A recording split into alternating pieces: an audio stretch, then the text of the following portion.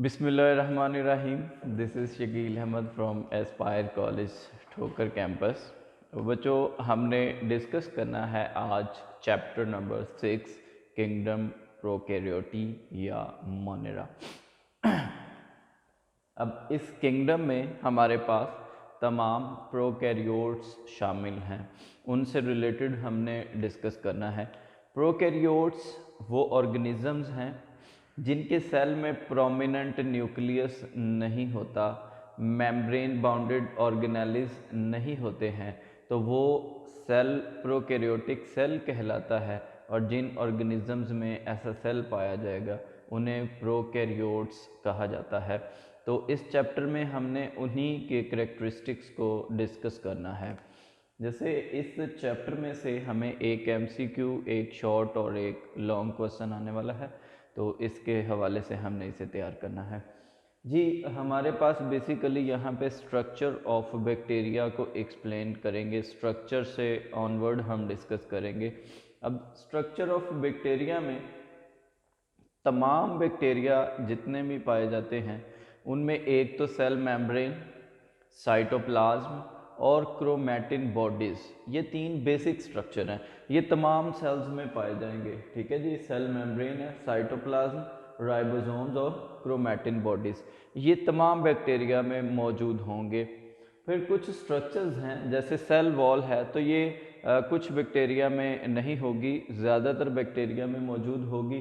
तो cell wall, अब cell wall का काम क्या है कि ये बैक्टीरियल सेल को एक डेफिनेट शेप प्रोवाइड करती है। फिर स्पेसिफिक स्ट्रक्चर्स जैसे कि कैप्सूल है, स्लाइम है, फ्लैजेला है, पिल्लाए हैं और फिम्ब्रियाई हैं, ग्रेन्यूल्स, ये वो ऑर्गेनेल्स हैं, वो कंपोनेंट्स हैं जो तमाम बैक्टीरियल सेल में नहीं पाए जाते, कुछ में पाए जाते हैं। जब हम पढ़ेंगे फ्लैजेला को, पिल्लाए को, स्लाइम, कैप्सूल और सेल वॉल को, तो तब हम डिस्कस करेंगे कि ये कौन से सेल्स में पाई जाती है और कौन से सेल्स में नहीं पाई जाती। तो ये स्ट्रक्चर के बेसिक कंपोनेंट्स हैं कि ये स्ट्रक्चर्स हैं जो पाए जाते हैं बैक्टीरियल सेल में। फिर हम साइज़ की बात करते हैं, जो कि साइज़ वेरी करता है बैक्टीरिया का साइज़। तो इस साइज़ की रेंजेस में हमारे पास 0.1 टू 600 माइक्रोमीटर तक इनका साइज़ जो है वो एक सिंगल डायमेंशन में रहता है। अब वो साइज़ में रेंजेस जो हैं, जो सबसे छोटा बैक्टीरिया उसको भी डिस्कस करते हैं। जैसे स्मॉलेस्ट जीनस है बैक्टीरिया की माइकोप्लाज्मा, और ये 100 टू 200 नैनोमीटर साइज़ के होते हैं। ठीक है, अब ये इनका डायामीटर 100 से 200 नैनोमीटर का है, और ये अप्रोक्सीमेटली लार्जेस्ट वायरस, जो सबसे बड़ा वायरस है, उससे बड़े साइज़ में है ये हमारे पास बेसिकली सबसे छोटे बैक्टीरिया का साइज़। ये कंपैरिजन लिखा हुआ है यहाँ पे। फिर ई कोलाई है, एस्चेरिशिया कोलाई, बेसिलस है, और इसका एवरेज साइज जो है वो 1.1 से 1.5 माइक्रोमीटर तक इसका विड्थ है, वाइड है ये। ठीक है जी। फिर 2 टू 6 माइक्रोमीटर ये लॉन्ग है। ये इसका ई कोलाई का हमारे पास साइज है। फिर कुछ जैसे हम स्पायरोकीट की बात करते हैं, या हम जैसे वो स्पायरोकीट हैं तो वो 500 माइक्रोमीटर लेंथ तक वेरी कर जाते हैं, उनकी लेंथ इतनी हो सकती है। फिर स्टेफाइलोकोकाई हैं या स्ट्रेप्टोकोकाई हैं, तो ये हमारे पास 0.75 से 1.25 माइक्रोमीटर तक डायामीटर में ये रेंज करते हैं। तो ये रेंजेस हैं हमारे पास साइज़ में बैक्टीरियल सेल की। यहाँ पे हमारे पास बॉक्स में एक एपिलेप्सम फिशल्सनी बैक्टीरिया के बारे में बताया गया कि पहले जैसे चैप्टर 4 में हम लोग डिस्कस कर चुके हैं कि बेसिकली प्रोकैरियोटिक सेल का साइज़ छोटा होता है। तो जैसे प्रोकैरियोटिक सेल का साइज़ बिल्कुल छोटा है, लेकिन कुछ सेल्स ऐसे हैं जो यूकैरियोटिक सेल के साइज़ से इंक्रीज़ हो चुके हैं, और उसमें फिशल्सनी एक हमारे पास एग्जांपल है बैक्टीरिया की जो कि यूकैरियोटिक सेल से इंक्रीज़ हुआ है। जी स्टूडेंट्स, हम शेप्स ऑफ बैक्टीरिया को डिस्कस करते हैं। शेप्स ऑफ बैक्टीरिया में हम लोगों ने डिस्कस करना है कि इनकी शेप्स क्या होंगी। तो बेसिक 3 टाइप्स हैं इनकी शेप्स की। रॉड शेप्ड है जो बेसिकली स्फेरिकल हैं, और वो हमारे पास है cocci shape, caucus rod shape, sorry spherical है, राउंड शेप्ड के हैं तो वो कोकाई है हमारे पास। फिर रॉड शेप के, रॉड शेप में बेसिलाई हैं, और थर्ड पे हमारे पास स्पाइरल शेप है, स्प्रिंग लाइक हैं, जिगजैग या कोमा शेप्ड है, विब्रियो जो हमारे पास एग्जांपल्स हैं। तो कोकाई की अगर हम बात करें तो कोकाई राउंड शेप्ड है, स्फेरिकल हैं, तो इसमें कुछ कैटेगरीज हम देखेंगे ओवल शेप में। अगर एक ही बैक्टीरिया है और वो राउंड शेप है, स्फेरिकल शेप है, तो उसको हम सिंपली कोकाई बोलेंगे। अगर 2 बैक्टीरिया इकट्ठे हैं जैसे कि ये डायग्राम में है, तो इसको हम लोग फिर डिप्लोकोकाई बोलेंगे, 2 इकट्ठे हैं। देन अगर इनकी चेन हो, चेन ऑफ कॉकस हो, तो उसको हम लोग स्ट्रेप्टोकोकस कहते हैं, it is a chain of bacteria. अगर 2 डिप्लो जोड़ दिए जाएं, उनसे हमारे पास बनता है टेट्राड। टेट्रा से मतलब 4 होते हैं। तो यहाँ पे देखें कि ये एक हमारे पास ये प्लेन ऑफ डिवीजन और दूसरा ये प्लेन ऑफ डिवीजन है। तो बेसिकली इनमें 2 प्लेन ऑफ डिवीजन्स बनते हैं टेट्राड में। अगर 2 टेट्राड ऊपर नीचे प्लेस किए जाएं तो वो हमारे पास 8 बैक्टीरियल सेल होंगे, तो उनको कलेक्टिवली हम सरसीना बोलते हैं। तो सरसीना में बेसिकली 3 प्लेन ऑफ डिवीजन्स होंगे। जैसे ये एक होगा, एक इसके ऊपर आ जाएगा, तो हमें एक सेंटर से भी प्लेन ऑफ डिवीजन मिल जाएगा। तो ये 3 प्लेन ऑफ डिवीजन्स बन जाते हैं हमारे पास। तो ये इससे नेक्स्ट फिर इर्रेगुलर अरेंज्ड बैक्टीरियल सेल जब कॉलोनीज की फॉर्म में मौजूद होंगे तो उसको हम लोग स्टेफाइलोकोकस बोलेंगे। जो इर्रेगुलरली अरेंज्ड है, ना तो कोई चेन्स है ना कोई उनकी पैटर्न है, तो वहां पे हम लोग इसको बोलेंगे स्टेफाइलोकोकस। देन हमारे पास बैसिलस शेप्ड के बैक्टीरिया हैं जो रॉड शेप्ड है, बैसिलस उनको बोलते हैं। अब इसमें कोको बैसिलस भी हो सकता है, जो उसकी कैरेक्टरिस्टिक्स उससे मिलती हैं। अगर 2 बैसिलस शेप के बैसिलाई हों तो उनको हम लोग डिप्लो बैसिलाई कहेंगे, और अगर ये एंड टू एंड जुड़े हैं तो हम इन्हें डिप्लो बैसिलाई बोलेंगे।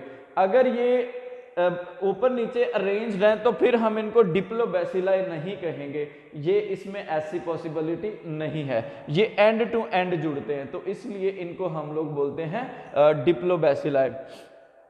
अगर ये चेन ऑफ बैसिलाई हो तो उसको हम स्ट्रेप्टो बैसिलाई कहते हैं।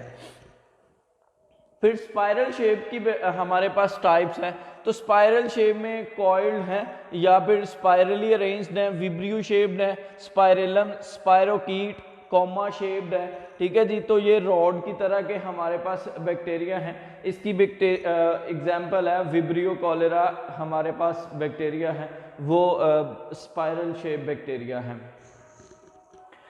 नेक्स्ट बैक्टीरियल स्ट्रक्चर में सेकंड चीज हमारे पास है फ्लैजेला। जैसे कि हमने ये पहले साइज को डिस्कस किया, साइज के बाद हमने शेप्स ऑफ बैक्टीरिया को डिस्कस किया है, और यहाँ पे शॉर्ट क्वेश्चंस हैं हमारे लिए और एमसीक्यूज भी हैं। फिर हमारे पास बैक्टीरियल सेल स्ट्रक्चर स्टार्ट हो जाता है, और बैक्टीरियल सेल स्ट्रक्चर में फर्स्ट हमारे पास स्ट्रक्चर डिस्कस करने वाला है फ्लैजेला और उसके फंक्शंस हैं। अब फ्लैजेला बेसिकली ये थिन हेयर लाइक अपेंडिक्स है जो सेल वॉल के जरिए बेजल बॉडी जो कि सेल मेम्ब्रेन के बिल्कुल नीचे मौजूद होती है उससे ये निकलता है, तो इसको हम लोग फ्लैजेला कहते हैं। अब फ्लैजेला बेसिकली प्रोटीन्स से बने होते हैं, और इन प्रोटीन्स को हम लोग फ्लैजिलिन प्रोटीन्स कहते हैं। फ्लैजिलिन प्रोटीन से बने हुए बेजल बॉडी से ओरिजिनेट करते हैं और थ्रू सेल वॉल बॉडी से बाहर आते हैं। अब हमें इनके डिस्कस करना है कि ये हॉलो स्ट्रक्चर्स हैं तो इनका फंक्शन क्या है। एक तो फंक्शन है इनका motility, they will help to move the bacterial cell from one place to another place, और दूसरा फंक्शन इसका कीमोटैक्सिस है। ये फ्लैजेला किसी केमिकल मूवमेंट को या केमिकल को डिटेक्ट कर लेते हैं, कोई भी चेंज को डिटेक्ट कर लेते हैं, तो उसको फिर ये बैक्टीरियल सेल स्ट्रक्चर को मूव करवा देंगे। जब बैक्टीरियल सेल स्ट्रक्चर को ये मूव करवा देंगे तो उस मूवमेंट को हम कीमोटैक्सिस कहते हैं। Movement in response to chemical sensations, they are called chemotaxis. अब कीमोटैक्सिस भी किसका फंक्शन है? फ्लैजेला का फंक्शन है। तो ये हमारे पास फ्लैजेला के स्ट्रक्चर और इसके फंक्शंस हैं। अब फ्लैजेला को हम लोग अरेंज करते हैं ऑर्गेनिजम्स, बैक्टीरियल सेल्स को on the basis of the presence of flagella. अब फ्लैजेला की बेस पे हम डिफरेंट कैटेगरीज में अरेंज करते हैं बैक्टीरिया को। जैसे अगर कोई भी फ्लैजेला मौजूद नहीं होगा तो ऐसे बैक्टीरिया को कहेंगे एट्राइकस। वो बैक्टीरिया जिनमें फ्लैजेला एब्सेंट होंगे उन्हें एट्राइकस कहा जाता है। फिर वहाँ पे अगर एक फ्लैजेला एक बैक्टीरियल सेल पे मौजूद हो तो उसे हम मोनोट्राइकस कहते हैं। अगर tuft of flagella, group of flagella at one pole of bacteria हो तो उसे लोफोट्राइकस कहते हैं। अगर दोनों पोल्स पे, जैसे एक ये एंड है और एक ये एंड है, ये पोल्स बनते, एक ये पोल और एक ये पोल, इन दोनों पोल्स में अगर एक टफ्ट ऑफ फ्लैजेला मौजूद होगा तो उसे हम एम्फीट्राइकस कहते हैं। और अगर फ्लैजेला ने सराउंड किया हो होल सेल ऑफ बैक्टीरिया को तो वो हमारे पास पेरिट्राइकस आ जाती है इसकी टाइप्स।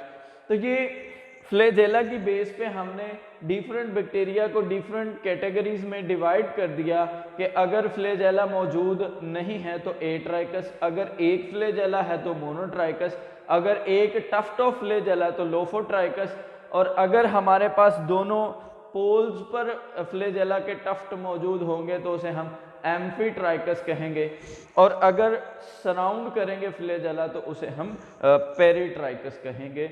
तो ये हमारे पास बेसिकली फ्लैजेला से रिलेटेड था जो बैक्टीरियल सेल स्ट्रक्चर में एक पहला पॉइंट बनता है हमारे पास।